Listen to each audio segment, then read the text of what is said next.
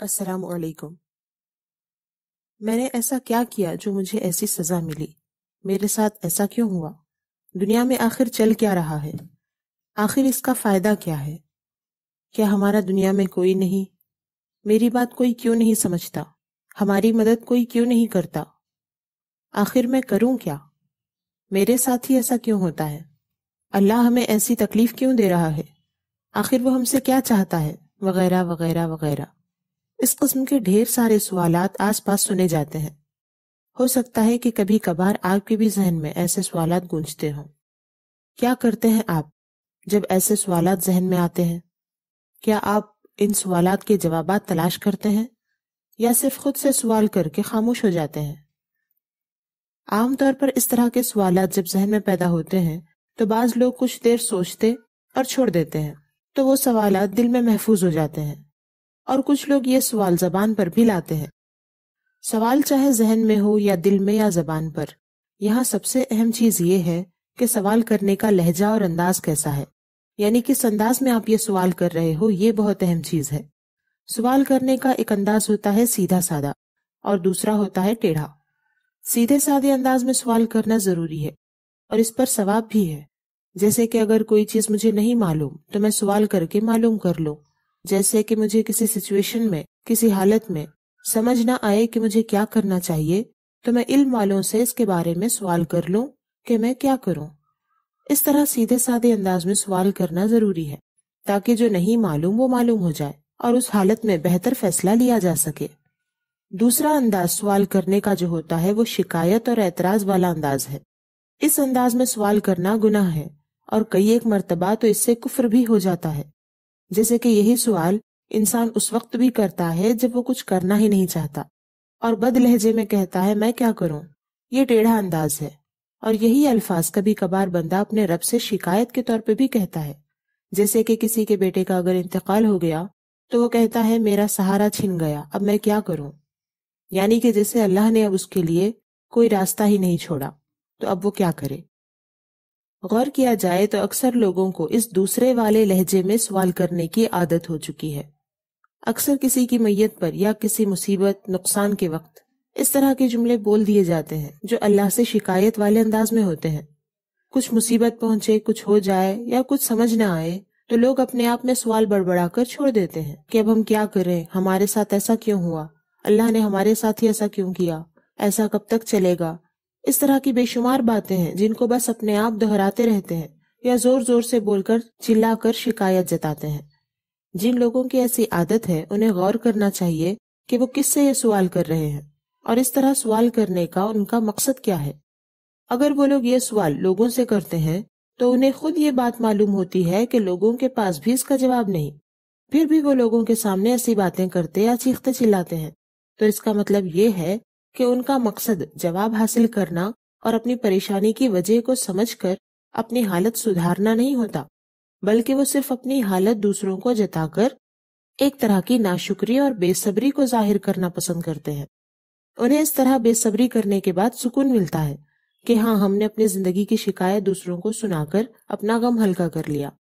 اس صورت میں یہ دیکھیے کہ کس کی شکایت وہ لوگوں کے سامنے کر رہے ہیں۔ زندگی کی شکایت، زمانے کی شکایت، ان چیزوں کی شکایت جو اللہ نے ان کی قسمت میں رکھی ہے، یا پھر وہ اللہ کی شکایت بندوں کے سامنے کر کے سکون محسوس کرتے ہیں۔ ایسا کرنے کے بعد کیا مصیبت اور پریشانی دور ہو سکتی ہے؟ ہرگز نہیں۔ اللہ کی ناشکری کر کے لوگوں کی پناہ لینے والوں کی حالت ہرگز نہیں سدھر سکتی، کیونکہ اللہ کی شکایت کر کے وہ اللہ کو ناراض کر چکے ہوتے ہیں، اور لوگوں کی تو حیثیت ہی نہیں ہوتی کہ وہ اللہ کی مرضی کے بغیر ان کی مدد کر سکیں۔ تو انہیں سمجھنا چاہیے کہ ایسی بکواس کرنے کا کوئی فائدہ نہیں، ایسے الٹے سیدھے سوالات کرنے میں صرف نقصان ہی نقصان ہے۔ اور اگر کسی کو لگتا ہے کہ وہ ایسے سوالات شکایت کے طور پہ نہیں کرتے بلکہ سچ میں ان کا جواب حاصل کرنے کے لیے کرتے ہیں کہ اب میں کیا کروں، میرے ساتھ ہی ایسا کیوں ہو رہا ہے، اللہ نے ہمارے ساتھ ایسا کیوں کیا، وغیرہ وغیرہ، تو انہیں یہ سوچنا چاہیے کہ اگر سچ میں اس کا جواب معلوم کرنا چاہتے ہیں تو ایسے لوگوں کے سامنے سوال کرنا چاہیے جن کو جواب معلوم ہو۔ حالانکہ دیکھا جائے تو وہ ایسے لوگوں کے سامنے یہ باتیں کرتے ہیں جو انہی کی طرح ہوتے ہیں اور ان کی ہاں میں ہاں ملاتے ہیں۔ اگر کسی نے انہیں ایسے الٹے سوالات سے روک بھی دیا اور ناشکری کرنے سے منع کیا تو الٹا وہ لوگ انہی کو ڈانٹ دیتے ہیں کہ ہماری مصیبت کی تم کو کیا خبر، تم پر گزرتی تو معلوم ہوتا، اس طرح کی باتیں۔ اور اگر کوئی کسی کے سامنے ایسی باتیں نہیں کرتا بلکہ صرف اپنے آپ ایسی باتیں سوچتا رہتا ہے تو اسے یہ سمجھنا چاہیے کہ ایسا کرنے سے ہواؤں سے تو جواب نہیں ملتا، بلکہ اکیلے سوچتے رہنے کی وجہ سے پریشانی اور بڑھ جاتی ہے۔ یہ پریشانی بڑھتے بڑھتے شکایت کا انداز اختیار کر لیتی ہے، یہاں تک کہ موقع ملتے ہی وہ اللہ پر اعتراض کرنے لگ جاتا ہے، معاذ اللہ۔ یہاں یہ بات غور کرنے کی ہے کہ ہمیں یہ بیماری کب سے لگی کہ جن کے پاس ان سوالات کے جواب ہوتے ہیں ہم ان سے نہیں پوچھتے، بس اپنے آپ سے سوال کر کے خاموش ہو جاتے ہیں، پریشان رہتے ہیں اور یہ سمجھتے ہیں کہ ہمارے سوالات کا کسی کے پاس جواب نہیں اور ہماری پریشانیوں کا کسی کے پاس حل نہیں۔ کیا ہماری یہ حالت عجیب سی نہیں ہے کہ ہم اکیلے میں اپنے آپ سے سوال تو کرتے ہیں لیکن ان کا جواب اور حل تلاش کر کے اس سے نکلنے کی کوشش نہیں کرتے؟ ہمیں ایسی عادت کب سے لگی؟ بات یہ ہے کہ کفر کے ماحول میں ایمان والی زندگی گزارنا اتنا آسان نہیں جتنا کہ لوگ سمجھتے ہیں۔ شروع میں جب فلمیں دیکھی جاتی تھیں اور مسلمانوں کو منع کیا جاتا تو وہ کہتے تھے کہ ہم تو بس ایسے ہی دیکھ رہے ہیں، ہم اس پر یقین تھوڑی کر رہے ہیں، ہم اس سے کچھ سیکھ تھوڑی رہے ہیں۔ اپنے گھر میں دادا دادی یا نانا نانی میں سے کسی سے پوچھ کر دیکھیے کہ ان کے دور میں یہ بات کی جاتی تھی یا نہیں، گواہی مل جائے گی۔ ہوتے ہوتے اب انہی مسلمانوں کی نسلوں کا یہ حال ہو گیا ہے کہ فلموں سے ہی سب کچھ سیکھ کر بیٹھ چکے ہیں اور اسی میں بتائی گئی زندگی جی رہے ہیں۔ وہ فلمی شیطانی دنیا ہے ہی ایسی جس میں زندگی اور اس کے مسائل کو اتنا بڑا چڑھا کر دکھایا جاتا ہے کہ بس انسان اسی کی فکر میں گم ہو کر رہ جائے، اور ان مسائل کا حل چھپا دیا جاتا ہے تاکہ انسان حیران پریشان بھٹکتا رہے۔ مسلمان بھی اسی دنیا میں گم ہو گئے ہیں، یہاں تک کہ اب انہیں اتنا بھی معلوم نہیں کہ زندگی کے مسائل کوئی بڑی بات نہیں، اللہ کی بارگاہ سے ان کے حل معلوم کیے جا سکتے ہیں اور حالات بدلے بھی جا سکتے ہیں۔ لیکن اس جھوٹی دنیا میں مصروف رہنے والے اپنی جہالت کی وجہ سے اب الٹا اسلام پر ہی اعتراض کرنے اور اپنے رب سے سوال کرنے کی باتیں کر رہے ہیں، پوچھتے ہیں کہ اسلام میں ایسا کیوں ہے، اللہ نے ایسا کیوں کیا، وغیرہ۔ کفار کی دیکھا دیکھی ہماری قوم میں اس طرح کے شکایتی سوالات کا چلن پیدا ہو گیا ہے۔ اب تو کچھ لوگ صاف صاف یہ کہتے ہوئے سنائی دیتے ہیں کہ اللہ سے ملاقات ہوئی تو اس سے پوچھوں گا کہ اس نے ایسا کیوں کیا، ویسا کیوں کیا، معاذ اللہ، استغفر اللہ۔ ایسے لوگوں کو اللہ سے ملاقات تک انتظار کرنے کی ضرورت ہی نہیں ہے۔ اللہ اور اس کے رسول صلی اللہ علیہ وسلم نے پہلے ہی ہر سوال کا جواب دے رکھا ہے اور ہمیں یہ حکم دیا ہے کہ جو نہیں جانتے وہ جانکاروں سے پوچھ کر معلوم کر لو۔